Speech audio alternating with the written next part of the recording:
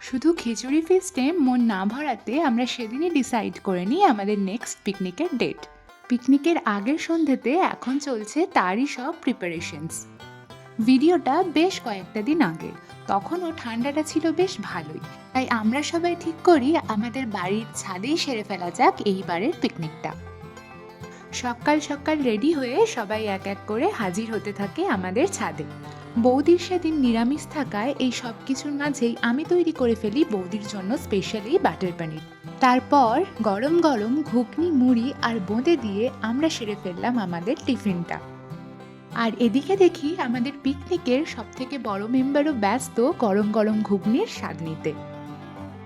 চলতে থাকা আড্ডার মাঝে হাতে এলো মুচমুচে এই ভেজ পকোড়া আর কফি। এই ছোটখাটো মিষ্টি মুহূর্তগুলো পিকনিকের আনন্দকে বাড়িয়ে তোলে আরও 10 গুণে। আমাদের সেদিনের পিকনিকে মাটন, চিকেন ব্যবস্থা ছিল দুটোরই, কিন্তু চিকেনটা নিজের মনের মতো করে রান্না করার দায়িত্ব নিয়েছিল আমার দাদা।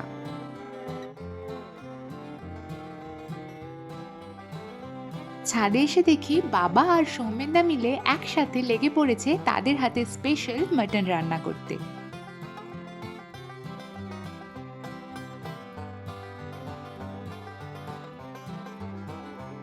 পিকনিকটা ছাদে হওয়ার সুবাদে আমি ক্যামেরাবন্দি করলাম আমার বাবার সযত্নে গড়ে তোলা এই ছাদ বাগান, যা এখন ভরে উঠেছে শীতকালীন সব ফুলে। সেকেন্ড রাউন্ডের কফির কাপ হাতে নিয়ে সবাই এখন ব্যস্ত তাদের আড্ডার ক্লাইম্যাক্সে, কারণ এর পরেই যে পালার লাঞ্চে বসার। আমাদের পিকনিকের স্টার্টারে ছিল গরম গরম ভাজা ক্রিস্পি বেগুনি। এখন বসে পড়েছে আমাদের ছাদ পিকনিকের ফার্স্ট ব্যাচ।